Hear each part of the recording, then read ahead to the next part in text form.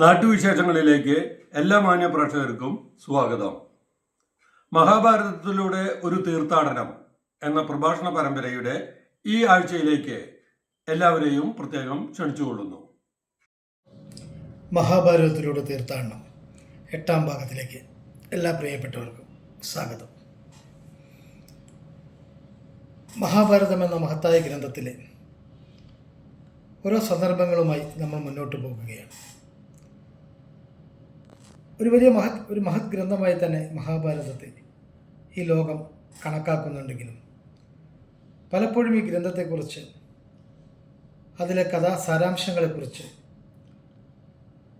പല വിമർശനങ്ങളും ഉണ്ടാകാറുണ്ട്. മഹാഭാരതത്തിലും അതോടൊപ്പം തന്നെ മഹാഭാരതത്തിൻ്റെ ഭീഷ്മപർവത്തിൽ അടങ്ങിയിരിക്കുന്ന, ഈ ലോകം തന്നെ ഇന്ന് ഏറ്റെടുത്തിരിക്കുന്ന ഏറ്റവും വലിയ മാനേജ്മെൻറ്റ് ഗ്രന്ഥമെന്ന് വിശേഷിപ്പിക്കുന്ന, ഏറ്റവും വലിയ മോട്ടിവേഷൻ ഗ്രന്ഥം എന്ന് വിശേഷിപ്പിക്കുന്ന ഭഗവത്ഗീതയെക്കുറിച്ചും പല വിമർശനങ്ങളും ഇന്നലകളിലും ഉണ്ടായിട്ടുണ്ട്. വളരെ പ്രാധാന്യത്തോടു കൂടി പറയേണ്ട വിമർശനം, ഈ ഗ്രന്ഥങ്ങളും ഇതിലെ കഥാസന്ദർഭങ്ങളും ഇതിലെ കഥയും ഒക്കെ തന്നെ യുദ്ധത്തെ പ്രോത്സാഹിപ്പിക്കുന്നവയല്ലേ എന്ന ഒരു വിമർശനമാണ് ഈ ഗ്രന്ഥത്തെക്കുറിച്ച് പല കോണുകളിൽ ഉണ്ടാകുന്നത്. തീർച്ചയായും ഈ ഭാഗത്തിൽ നമുക്കതൊന്ന് പരിശോധിക്കാം.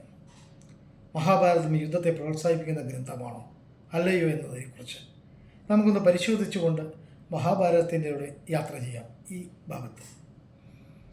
അതിനായിട്ട് കുരുക്ഷേത്ര യുദ്ധം കഴിഞ്ഞതിൻ്റെ തൊട്ടടുത്ത ദിനങ്ങളിലേക്ക് നമുക്കൊന്ന് പോകാം.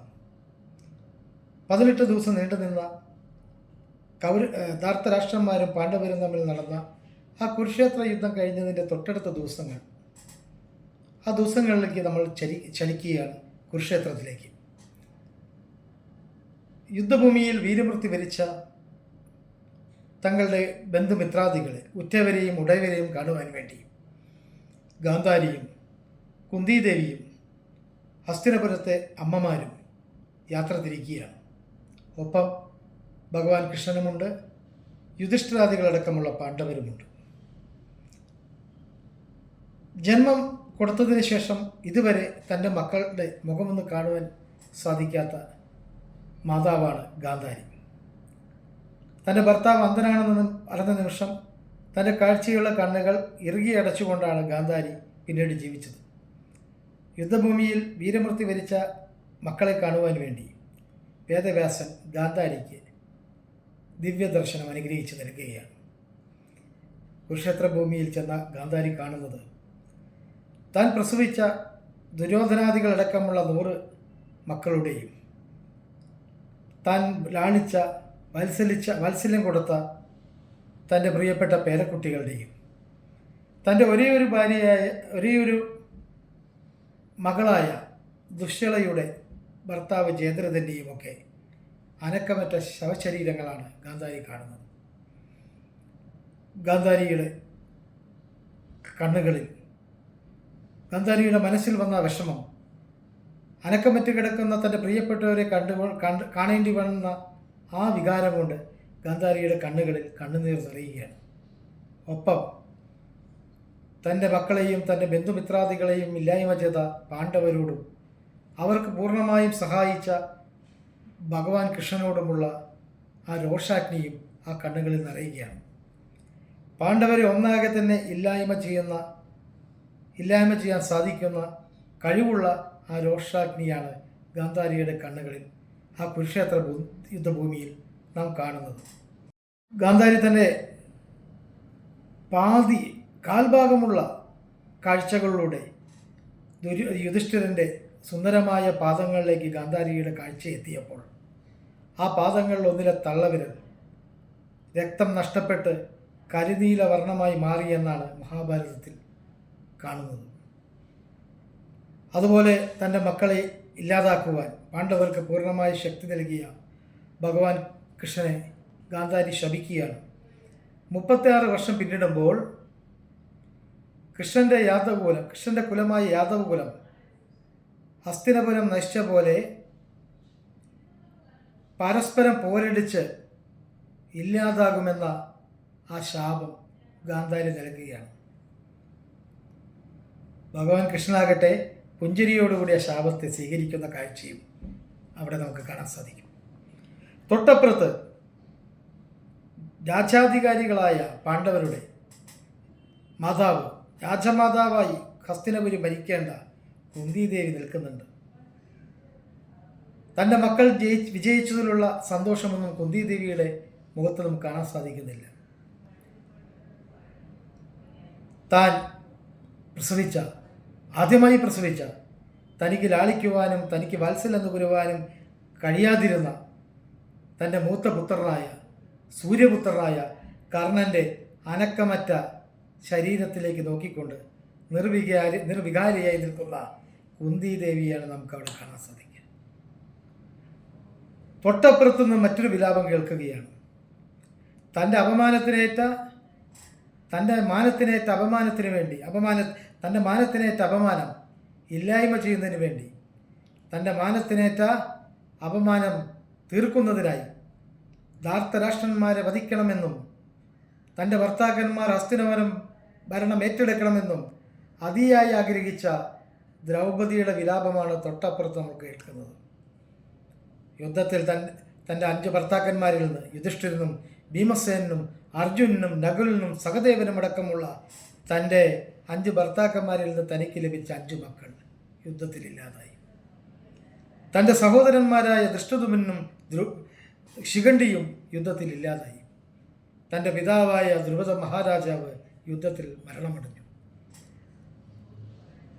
രാജ്യം കിട്ടിയിട്ടും രാജ്യത്തിൻ്റെ പട്ടമഹിഷിയായിട്ടും സന്തോഷിക്കാനാകാതെ വിലപിക്കുന്ന ദ്രൗപദിയാണ്.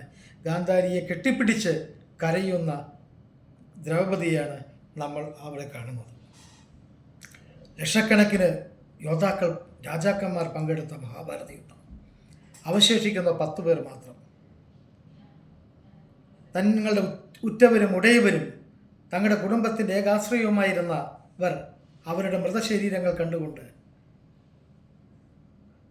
വളരെയധികം ദുഃഖത്തോടെ വിലപിക്കുന്ന അമ്മമാരും സഹോദരിമാരും ഭാര്യമാരും പുത്രിമാരും അവരുടെ വിലാപങ്ങളാണ് കുരുക്ഷേത്ര ഭൂമിയിൽ മുഴങ്ങുന്നത്. 18 ദിവസം മുമ്പ് യുദ്ധം തുടങ്ങുന്നതിന് മുമ്പ് ഭീഷ്മരുടെയും ദ്രോണരുടെയും കൃഷ്ണൻ്റെയും അർജുനൻ്റെയും യുധിഷ്ഠിരൻ്റെയും ഒക്കെ ശംഖനാദങ്ങളാണ് അവിടെ മുഴങ്ങിയതെങ്കിൽ 18 ദിവസം പിന്നിട്ടപ്പോൾ ഉറ്റവരുടെയും ഉടയവരുടെയും മൃതശരീരങ്ങൾ കണ്ട് വിലപിക്കുന്ന ഭാരതീയ സ്ത്രീത്വത്തിൻ്റെ വിലാപമാണ് ആ കുരുക്ഷേത്ര ഭൂമിയിൽ മുഴങ്ങുന്നത്. കുരുക്ഷേത്ര ഭൂമി ഒരു പുഴയായി, കണ്ണുനീർ പുഴയായി മാറുന്നു. മഹാഭാരതത്തെക്കുറിച്ചുള്ള വിമർശനം എന്താ? യുദ്ധത്തെ പ്രോത്സാഹിപ്പിക്കുന്ന ഗ്രന്ഥം. ഗ്രന്ഥകർത്താവ് വേദവ്യാസ മഹർഷിക്ക് പാണ്ഡവരുടെ വിജയം അറിയിച്ചതിന് ശേഷം ഈ ഗ്രന്ഥം അവസാനിപ്പിക്കാമായിരുന്നു. എല്ലാത്തിനെയും പോലെ മഹാഭാരതത്തിൽ ഈ അമ്മമാരുടെ വിലാപം വളരെ പ്രാധാന്യത്തോടു കൂടി ഗ്രന്ഥത്തിൽ വേദവ്യാസ മഹർഷി കാണിക്കുന്നുണ്ടെങ്കിൽ അത് യുദ്ധത്തിൻ്റെ ഭീകരത തുറന്നു കാട്ടുവാനാണ്. യുദ്ധത്തിൻ്റെ അവസാനം, അന്ത്യം അതിഭീകരമായിരിക്കുമെന്ന മുന്നറിയിപ്പ് തരുന്നതിന് വേണ്ടിയാണ് ഗ്രന്ഥകർത്താവ് ഈ വിലാപം, ഈ അമ്മമാരുടെ വിലാപം, ഭാരതീയ സ്ത്രീത്വത്തിൻ്റെ വിലാപം, കുരുക്ഷേത്ര ഭൂമിയിൽ നടക്കുന്ന വിലാപം മഹാഭാരതത്തിൽ തുറന്നു കാണിക്കുന്നു. നമുക്ക് തരുന്ന മുന്നറിയിപ്പാണിത്.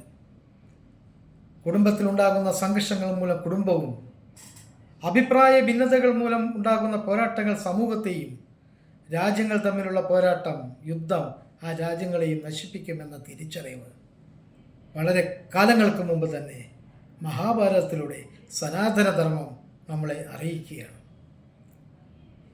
ഒരു യുദ്ധവും വിജയിക്കുന്നവനും, ഒരു യുദ്ധത്തിലും വിജയികളായവരും പരാജയപ്പെട്ടവരും ഒരേപോലെയുള്ള കെടുതികൾ അനുഭവിക്കുന്നു എന്നതിൻ്റെ സാക്ഷ്യപത്രമാണ് കുരുക്ഷേത്ര യുദ്ധം. യുദ്ധത്തിൽ ആരും വിജയികളാകുന്നില്ല എന്ന മുന്നറിയിപ്പ്. നാം ഒന്ന് ആലോചിക്കണം. നാമൊക്കെ പ്രതിനിധാനം ചെയ്യുന്ന പല മേഖലകളിൽ ഉണ്ടാകുന്ന പോരാട്ടങ്ങൾ, അഭിപ്രായ ഭിന്നതകൾ ആ മേഖലകളെ തകർക്കുവാനേ ഗുണം ചെയ്യൂ. ശാന്തിയും സമാധാനവുമായി നിറഞ്ഞ മനസ്സിൻ്റെ ഉടമകളായി നമ്മൾ മാറണം. മറ്റു യുദ്ധങ്ങളെക്കാൾ ഉപരിയായി ആദ്യം നമ്മൾ ഇല്ലാതാക്കേണ്ടത് നമ്മുടെ മനസ്സിൽ നടക്കുന്ന യുദ്ധമാണ്. അഭിപ്രായ വ്യത്യാസം അല്ലെങ്കിൽ അഭിപ്രായങ്ങളെക്കുറിച്ചും വിഷയങ്ങളെക്കുറിച്ചുമുള്ള ആ സമഞ്ജസമായി നിൽക്കുന്ന ആശയക്കുഴപ്പം മനസ്സിൽ വരുമ്പോൾ ഉണ്ടാകുന്ന യുദ്ധം, ആ യുദ്ധത്തെ ഇല്ലാതാക്കാനാണ് നമ്മൾ ശ്രമിക്കേണ്ടത്. മനസ്സിനെ ശാന്തമാക്കി മാറ്റിയാൽ അധികാരത്തിനും അവകാശങ്ങൾക്കും ആനുകൂല്യങ്ങൾക്കും വേണ്ടിയുള്ള ഓട്ടത്തിൽ ആ വികാരങ്ങളൊക്കെ മനസ്സിലേക്ക് കൊണ്ടുവന്ന്, നമുക്കറിയാം മനസ്സെന്നാൽ എന്താണെന്ന് നമുക്കറിയാം. സ്പർശിക്കുവാനോ രൂപമറിയുവാനോ രുചിക്കുവാനോ സാധിക്കാതെ നമ്മുടെ ശരീരത്തിൻ്റെ ഏറ്റവും പ്രധാന ഭാഗമായി വർത്തിക്കുന്ന നമ്മുടെ മനസ്സ്, ആ മനസ്സിനെ ശാന്തമാക്കിയാൽ ഒരു യുദ്ധവും ഒരു ഭാഗത്തും ഉണ്ടാകുകയില്ല.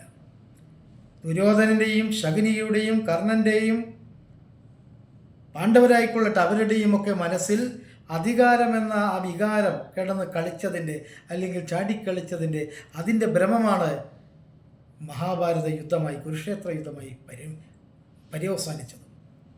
ഗ്രന്ഥകർത്താവ് കൃത്യമായി മഹാഭാരതത്തിലൂടെ കാണിക്കുന്നത്, വീണ്ടും അടിവരയിട്ട് നമുക്ക് പറയാൻ സാധിക്കും, ഒരു യുദ്ധവും ആരെയും വിജയികളാക്കുന്നില്ല. ഒരു യുദ്ധവും ആരെയും വിജയികളാക്കുന്നില്ല. ധർമ്മിഷ്ഠനാണെങ്കിലും കർമ്മബലം ഈ ഭൂമിയിൽ വച്ച് തന്നെ അനുഭവിച്ചേ തീരും. എത്ര ധർമ്മം ചെയ്തവരാണെങ്കിലും അവർ ചെയ്ത ചെറിയ പാപത്തിൻ്റെയും ചെറിയ അധർമ്മത്തിൻ്റെയും ഫലങ്ങൾ സ്വർഗത്തിലും നരകത്തിലുമല്ല അനുഭവിക്കുക, ഈ ഭൂമിയിൽ വച്ച് തന്നെ അനുഭവിച്ചേ മതിയാവൂ എന്ന ഭാഗവുമായി നമുക്ക് വീണ്ടും അടുത്ത ആഴ്ച. നന്ദി, നമസ്കാരം.